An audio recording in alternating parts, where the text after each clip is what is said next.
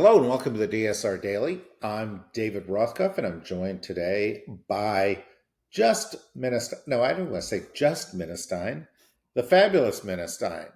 But what I mean is that Riley Fessler, who's normally also here, is off at the beach. How do you feel about that, Minna? I'm a little jealous, Yeah. but I'm happy for him. Oh, that's unbelievably insincere. Um, uh, the reality is, however, it's warm and sunny here. Hmm. And he said where he was going in North Carolina was actually going to be kind of gray and rainy. But here it does seem like the perfect day to go to the beach, and that's why I'm a little jealous. Yeah, well, it's true. It's true. I may sit by the edge of my bathtub or something and just imagine what it would be like. Or probably not, because I'll be like watching TV for all the exciting news that's breaking. TV, by the way, is how the olds get news.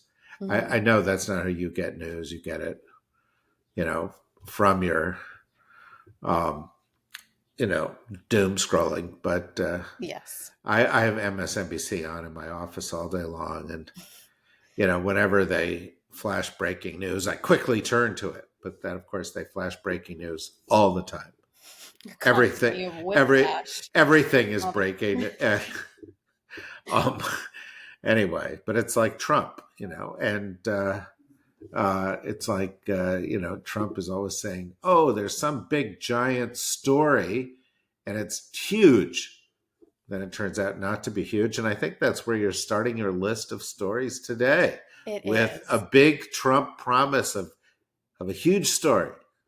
Yes. We'll go through my roundup of doom scrolling Okay, stories. yes, President Donald Trump announced that the U.S. will sign a comprehensive trade deal with the United Kingdom, marking the first such agreement since he implemented global tariffs that have disrupted markets. While Trump hailed the deal as a major step in strengthening U.S. UK ties and claimed other countries are eager to follow, British officials have yet to confirm the signing, stating only that talks are ongoing. Despite the political fanfare, analysts like JP Morgan believe the deal's economic impact will be minimal and note that key tariffs on British goods may remain in place.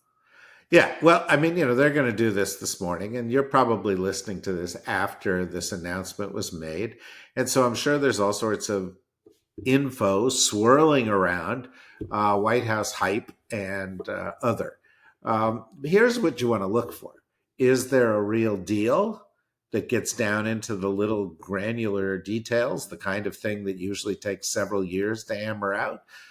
Or is this a kind of a top line memorandum of understanding thing in which they say, well, let's try to get something done, and here are our goals, and this would be the consequence? Is this eliminating all the tariffs that Trump has put in place? Or is this just eliminating some of the tariffs that Trump has put in place? Are the concessions that are coming from the British real trade concessions? Or are they kind of fake concessions? Things like they're saying, well, we'll buy more of this, or we'll do this thing that the US government wants them to do economically, that don't actually have trade consequences.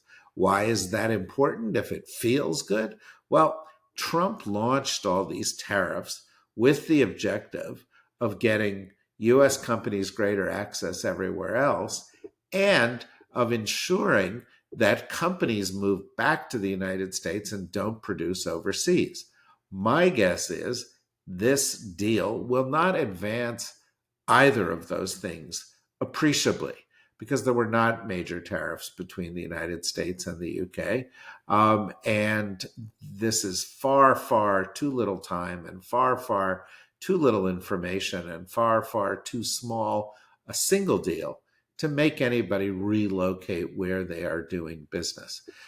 So they need a deal, and so they're whipping one up, um, what I called last night in a skeet, a bullshit souffle.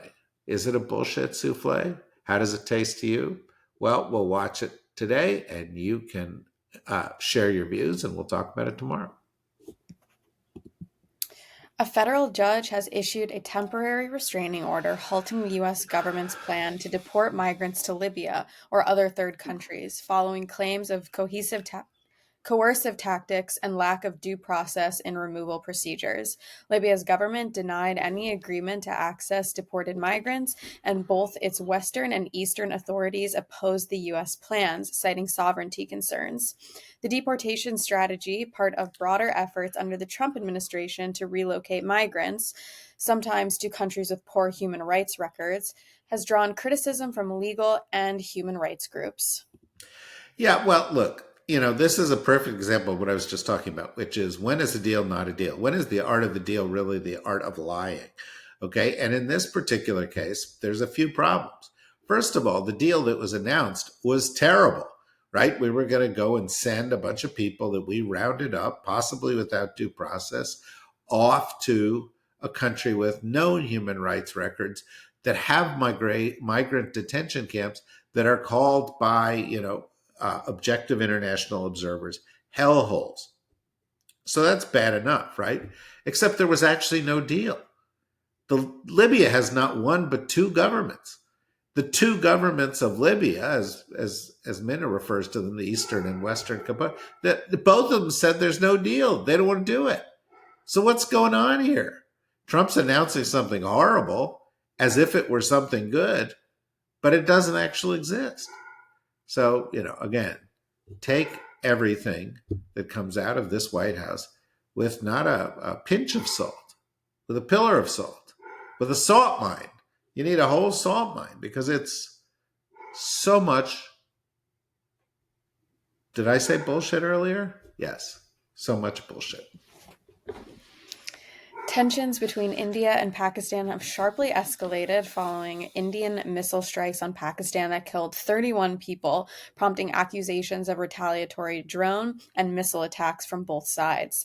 India claims it thwarted attacks on over a dozen cities, while Pakistan says it downed 25 Indian drones and has not yet begun its own counteroffensive, though it vows a response. Amid widespread evacuations, airspace closures, and rising international concern, both countries continue cross-border shelling in Kashmir, while global diplomats rush to mediate and prevent further conflict. Yeah, it's kind of interesting. A couple of points here. Obviously, we have to monitor this, and clearly the concern is that it escalates, and one doesn't want to minimize that concern. One wants to get this done as soon as it possibly can be done.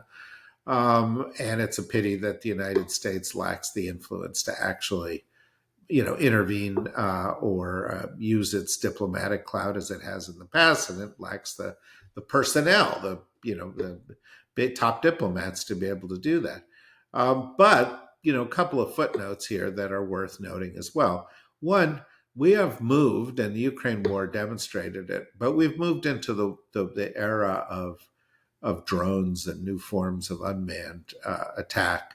And you would think that new advanced technologies might make warfare less likely, but to the degree to which armies have the ability to, or militaries have the ability to project force without putting people at risk, and not just in missiles, but in new, much more targeted ways, it actually may make conflict more likely. The other thing that I've been seeing out of sort of the military buzz from this is a closer look at how the Pakistani military technologies are working, because the Pakistani military technologies are often supplied by the Chinese. And there's a general consensus that China and China's military technology has been improving rapidly. And people are interested to seeing whether that manifests itself in this, what we hope is a skirmish between these two countries. FBI Director Kash Patel told lawmakers that the White House's proposed budget cuts would reduce the FBI's funding by $545 million, roughly $1 billion less than what the Bureau requested. and urged Congress to approve more money to avoid staff reductions. The budget proposal also includes cuts to other federal law enforcement agencies, prompting criticism from Democrats who argue it effectively defunds law enforcement.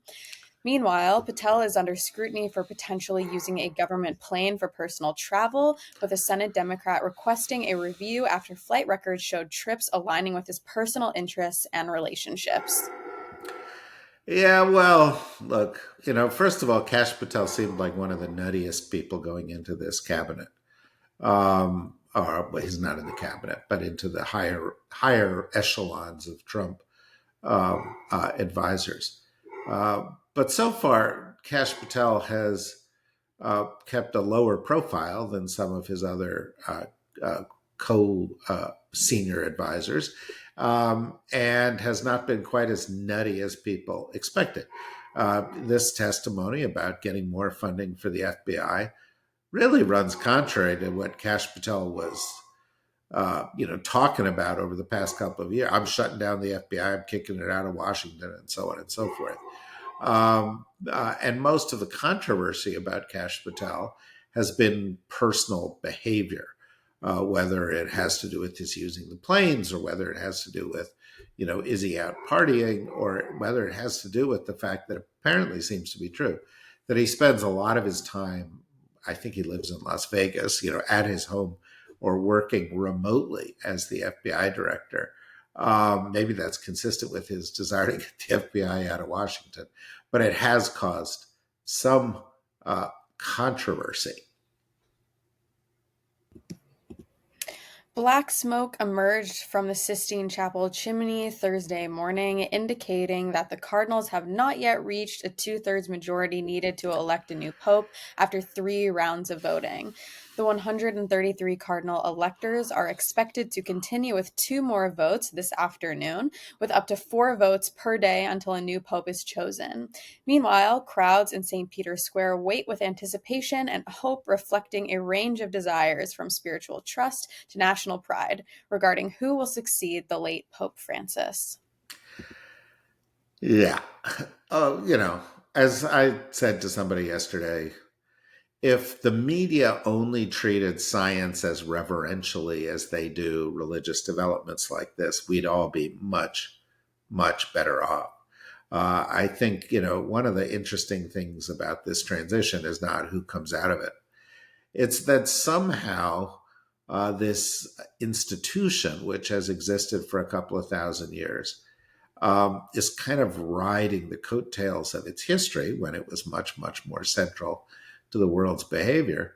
And because we kind of get into the pomp and the circumstance, and we kind of avoid talking about the weirdness of it all, which includes the fact that you've got, 130 some odd cardinals gathering, all of whom are unmarried men, that we have this small little conclave of unmarried men, princes of a church.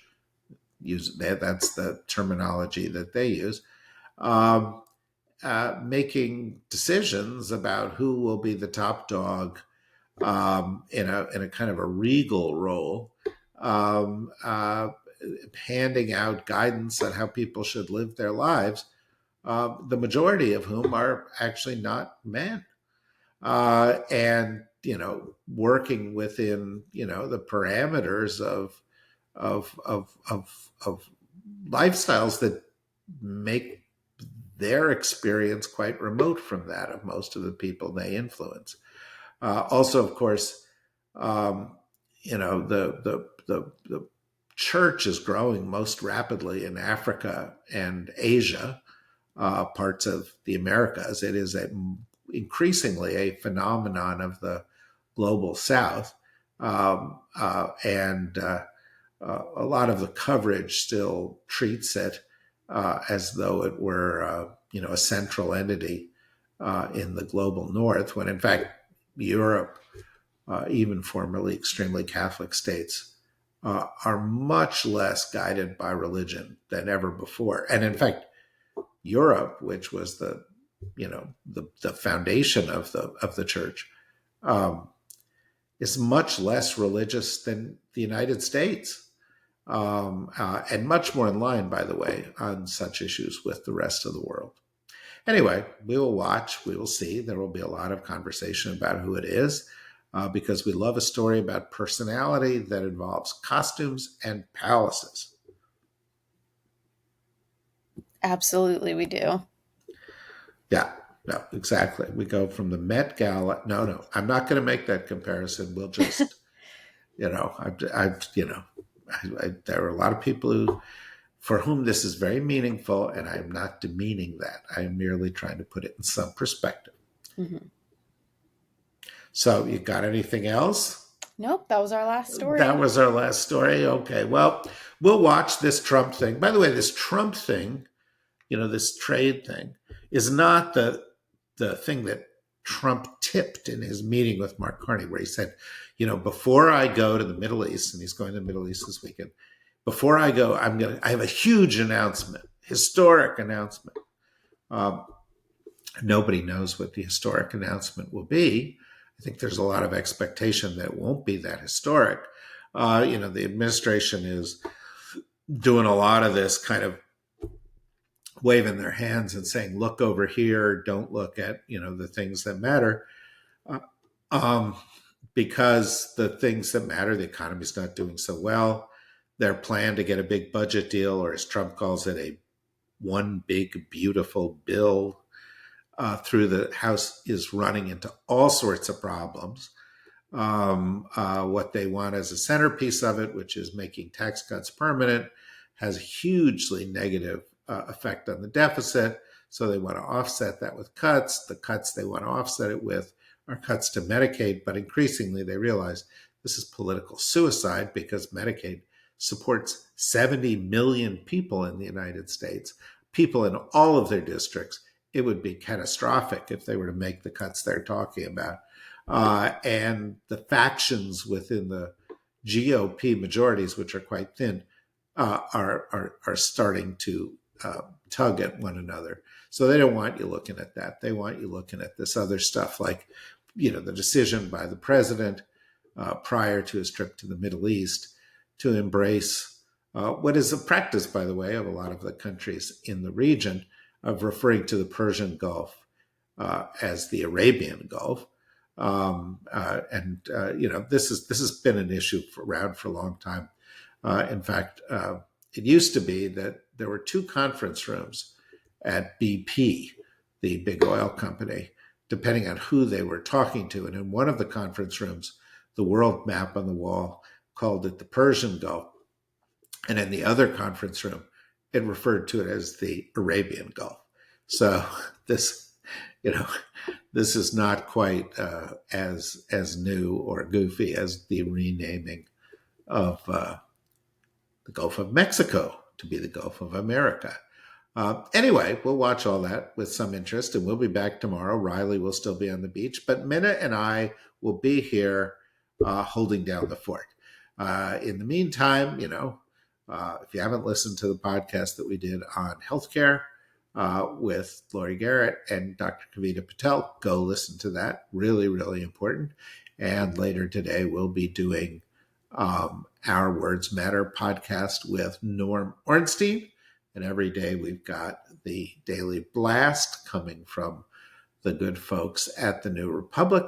And we've got, our Still Consciousness and our AI, Energy, and Climate podcast for those of you who are interested in developments around AI. So there's a lot going on. Please go. And if you like it, go to the dsrnetwork.com, click on membership, become a member, support what we're doing here. We're trying to tell the truth and get you expert perspectives on what's going on in a way that other people aren't doing it. We're really thrilled to see our audiences growing, and they've grown really substantially over the course of the past year. But, sky's the limit. We want to forge ahead, and for that, we'll need your support. So go do that. Join us again for all these other podcasts today, tomorrow, over the weekend, and every day. Until then, thanks, Minna. And sunscreen, Riley, and hydrate. Bye-bye.